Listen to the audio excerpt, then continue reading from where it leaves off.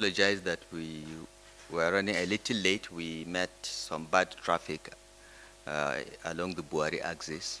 So our special advisor, media and communications, Muyiwa Adeke, is doing his COVID test to join us. He will join us shortly by the grace of God.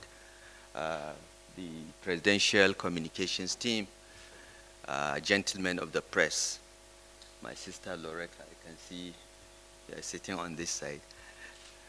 It is my pleasure to stand before you to give you a very quick briefing about how we are doing our best to register some progress in spite of the security challenges in Kaduna State.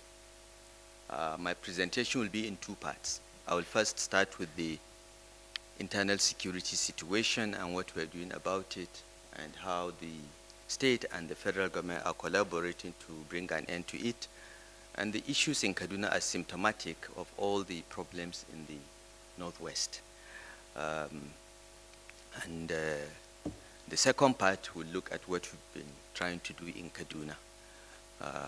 And the most interesting part for me will be when you ask your questions, because I will try to go through the slides. There are about 60 slides and a few videos that I would like to show you.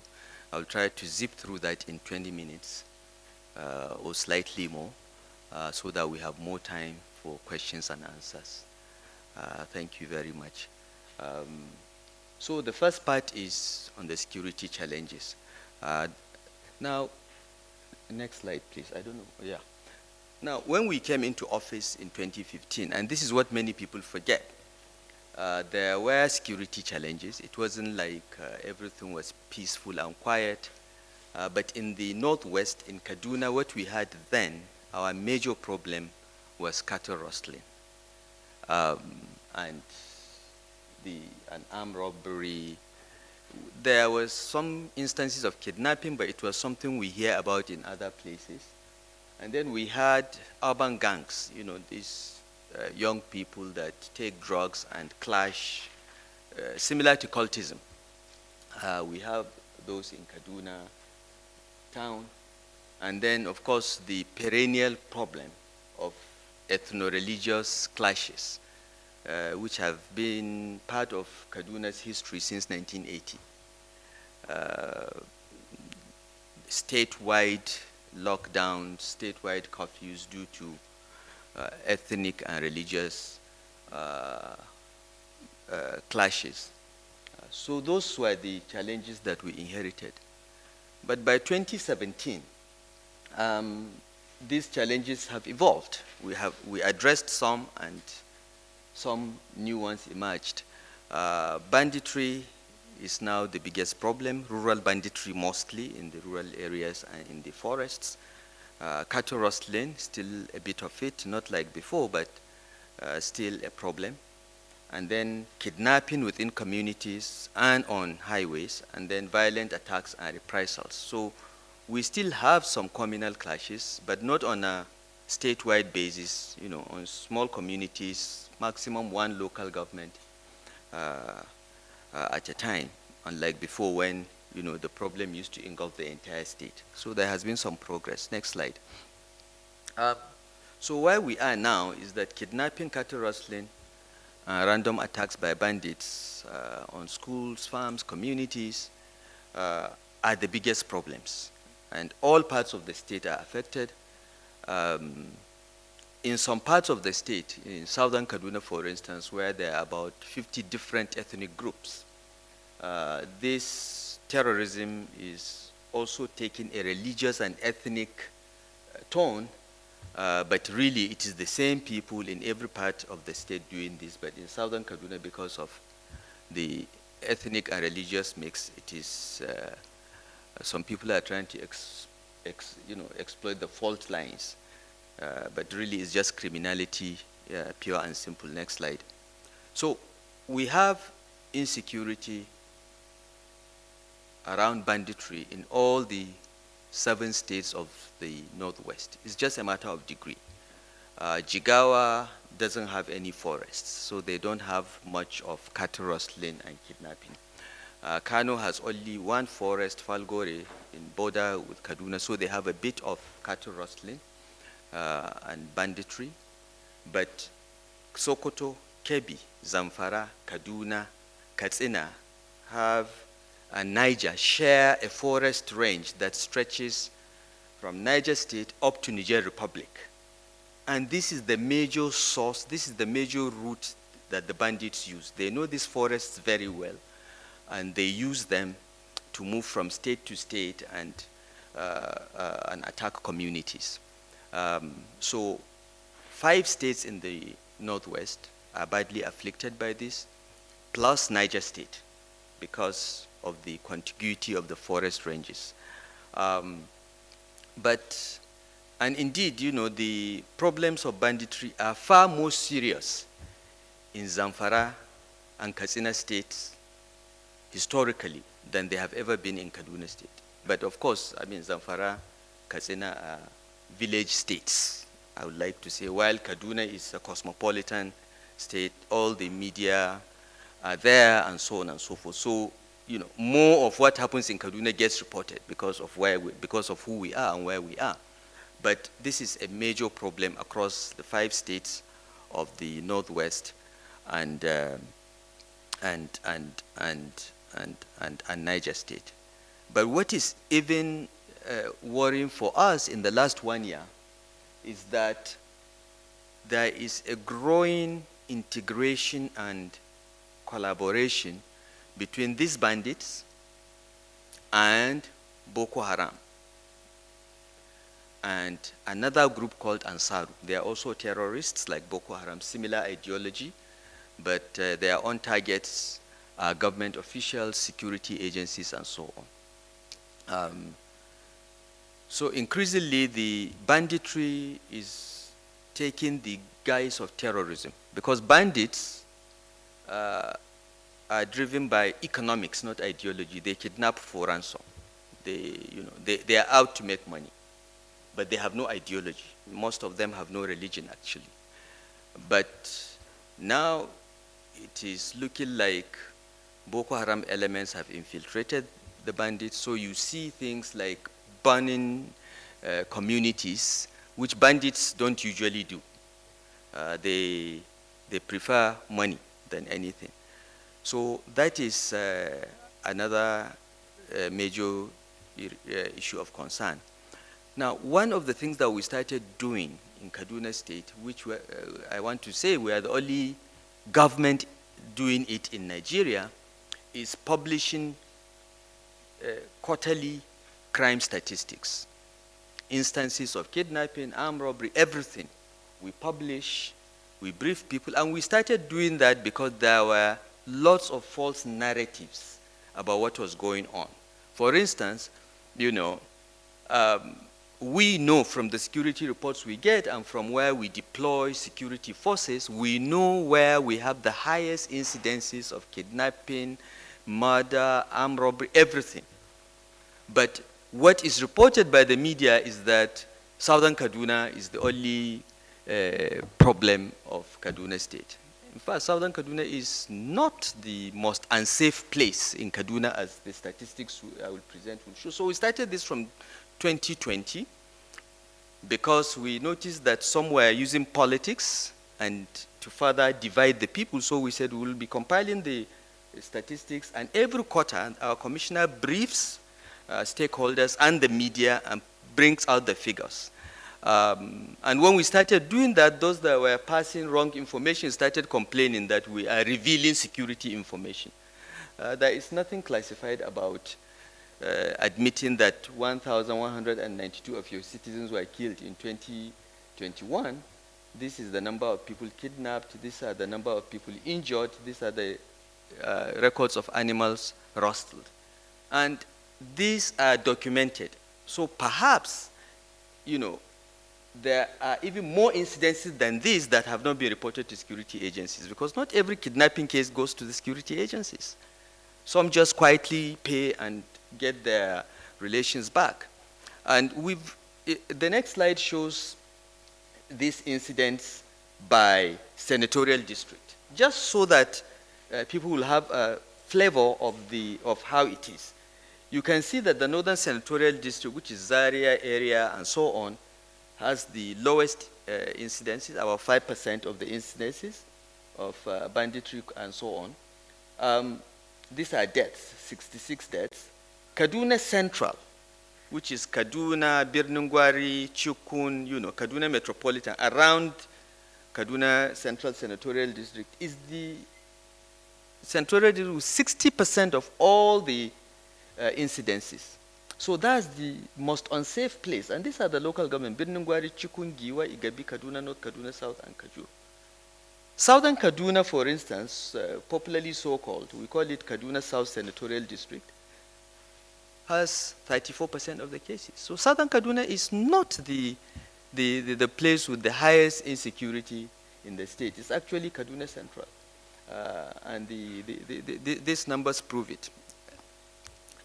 What about kidnapping? Again, look at kidnapping. North is 5%. Central is 83%, 82.77, and South is 11-12%. Okay. Next slide will show the victims injured. Again, similar pattern. Next slide. This is rustling. Even with rustling, most of it is in Kaduna Central. So, as I said, we started this in 2020. These are the 2021 figures. Let me now show you the 2020 figures. These are the 2020 figures. Okay. You can see that everything is getting worse, where more people are getting killed, more citizens are getting kidnapped, and more animals are rustled compared to 2020.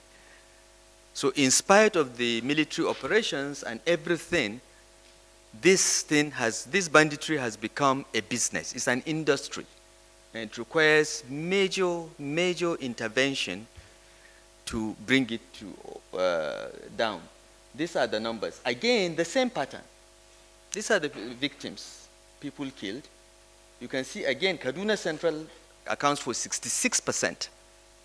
Southern Kaduna accounts for about 30%. Next slide. This is kidnapping. Again, Kaduna Central 79%. The rest of the state, the balance. Rustling. Again, Kaduna Central 78%. Next slide. Sorry. So these are the statistics, and of course, you'll get this slide, so you'll have the benefit of looking at this. But people always say, nothing is being done. Why are things getting worse? Things are getting worse because, as I said, this thing has evolved into a business. And in our view, our approach to addressing the problem has been uncoordinated. Okay? Even amongst us governors, there were some that felt that you could make peace with these criminals. Some of us, from day one, Kaduna State's position was, the only good bandit is a dead one. But some of my colleagues, genuinely, like the governor of Katsina, my elder brother, Governor Mansari, felt that he could do business with them. It was only after he tried and failed that he moved to my side. Okay? The governor of Zamfara also tried. But now we are on the same page. And we are trying to implement a coordinated approach to this, which I will speak about slightly. But these are the actions we've taken. We've taken security very seriously. We have, in our first term of office, we have weekly security council meetings on Tuesdays. We initially collaborated among the Northwest states and Niger. We put money together. We contributed 100 million each to launch a military operation against cattle rustling. The president was kind enough to instruct the NSA to reimburse us. But we put our own money to fund the operation, and that was what helped kill cattle rustling. Unfortunately, cattle rustling metamorphosed into kidnapping. I see this is the nature of security challenges. You solve one, it evolves into something else. And we launched this operation, and that was how we dealt with cattle rustling, because they were using these forests again. The forests were bombed, there were ground troops and, blocking force, and we got tens of thousands of cattle and sheep and returned them to their owners. That's how we degraded them. But what we should have done was to continue. Next slide. The operations were not sustained. When we met again to contribute money to do a second round, because we said that the operations were going to last continuously for about 3 months. We would have finished these guys then. Some governors backed out because the problem had gone down, but they didn't foresee that unless we finish these people, we decimate 90% of them, they will find something else. And this is how kidnapping now became a problem. As far back as 2017, we saw the danger of this, and we made representation to the federal government to declare these bandits as terrorists. But based on advice, it was said that since they don't have single command and control, the way Boko Haram, ISWAP, and terrorists are, it is difficult to declare them insurgents. But I'm happy that, by the ruling of the Federal High Court, they have now been declared terrorists, so they are fair game. Because the military were afraid of bombing them and then facing ICC. Media, civil society always rise to protect those that are at the receiving end of something, not looking at the victims of those people sometimes. And no general wants to retire, and then you go to the US and they arrest you and say that you've bombed civilians and so on and so forth. So there was reluctance on the part of the military, but with this declaration by the Federal High Court now, I think we can go after them. So one of the actions we took in our second term of office was also to create a dedicated Ministry of Internal Security and Home Affairs. In our first term of office, security matters were handled by the Office of the Secretary to the Government. Okay? That's where the security vote is. But we decided to create a dedicated ministry because the SSG is very busy. It's like the SGF. It has many, many things to capture its attention, and the issue of security has become such a serious problem for us that we felt we needed a cabinet-level person whose only job is to watch security on a daily and hourly and minute-by-minute basis. And Samuel Arwan has been doing a fantastic job of that. These are the functions of the ministry. I will not go through that. And some of the actions we've taken in collaboration with the federal government, because you have to understand that we have no soldiers, we have no police, we have no air force, we have no navy. We have at best vigilantes. We have a vigilance service, which we have now amended their law to allow them to carry arms. But initially, we didn't even think they needed to carry arms. But the federal government has been extremely supportive in providing us with the security assets to be able to do this. This, on Kaduna-Birnin-Gwari Road, which is one of the most dangerous roads in Nigeria, and Birnin-Gwari-Giwa-Igabizaria axis that you don't write about because you only report kidnapping on Kaduna-Abuja Road. But more of these things happen on these areas than even on Kaduna-Abuja Road. Kaduna-Abuja Road is a very safe road compared to some of these roads. We have Operation Wild Punch, Operation Badamamaki, you have detachments of the Nigerian Army. All these are security assets provided by the federal government to the state. We provide some logistics, but a lot of this burden falls on the federal government. Next slide. On Kaduna-Abuja Road, there are 3 operations going on. There is Thunder Strike, there is Operation Puff Adder. This Puff Adder, I think, is the police. Thunder Strike is Defense Headquarters along with the Air Force, and they even built a helipad at Kateri for quick response. And then there is a response team of the DSS in Mufti that just drive up and down, hoping that someone will try to kidnap one of them. And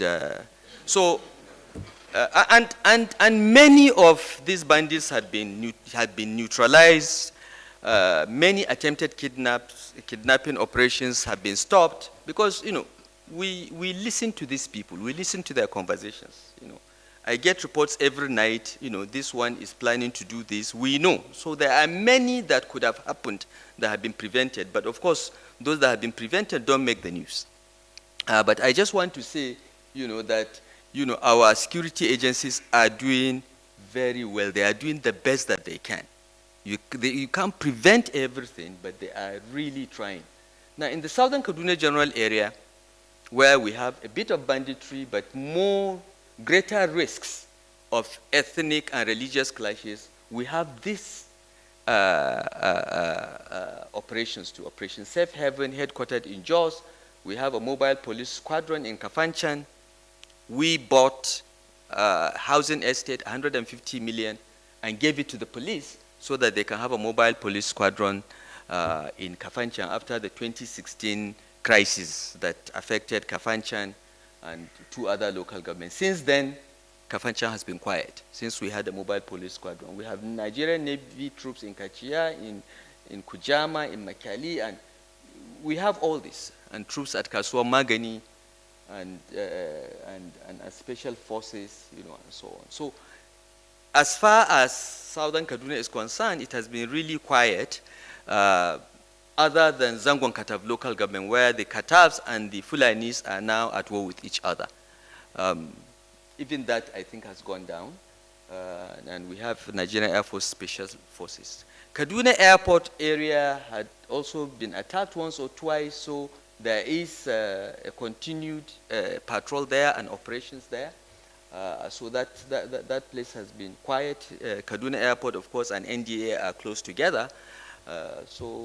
And you all know when the bandits tried to go into NDA and succeeded in even arresting, kidnapping an officer. But they tried recently and they were wiped out because we knew they were coming, so they were ready for them. And I think about 30 of them were killed or something like that. Yeah. Next slide, please. So what we've always said is the way to end this banditry is simultaneous military and ground operations. If we have the Air Force bombing the camps, we know where the camps are. We have the maps. We know everything. We have their phone numbers. We listen to their conversations sometimes. So, but it has to be done across the 5 states and Niger State at the same time. What we've been doing over the years is you go to Zamfara, you chase them out, they move to Sokoto. You go to Sokoto, you chase them out, they move to Kebbi. From Kebbi, they move to Katsina, Kaduna. And they move seamlessly because of the forest ranges. So what needs to be done is, at the same time, bomb the forests, bomb the camps, and have ground troops on the ground as a blocking force, consisting of the army, the police, the Air Force Special Forces, Navy Special Forces on the ground, and just wipe them out once and for all. Of course, that has risks because some of the camps may also contain innocent people that have been kidnapped. But this is war. In war, you always have collateral damage, unfortunately. And if we continue piecemeal approach to this banditry, it will continue to grow because the amount of money these guys are making is so much that they will not stop. I'm convinced of that. Because the average Fulani man makes 200, 300,000 when he sells one of his bulls that is too tired. They don't usually sell their cows unless they are totally exhausted. Now, this same person now gets millions from kidnapping. He will never go back to that life.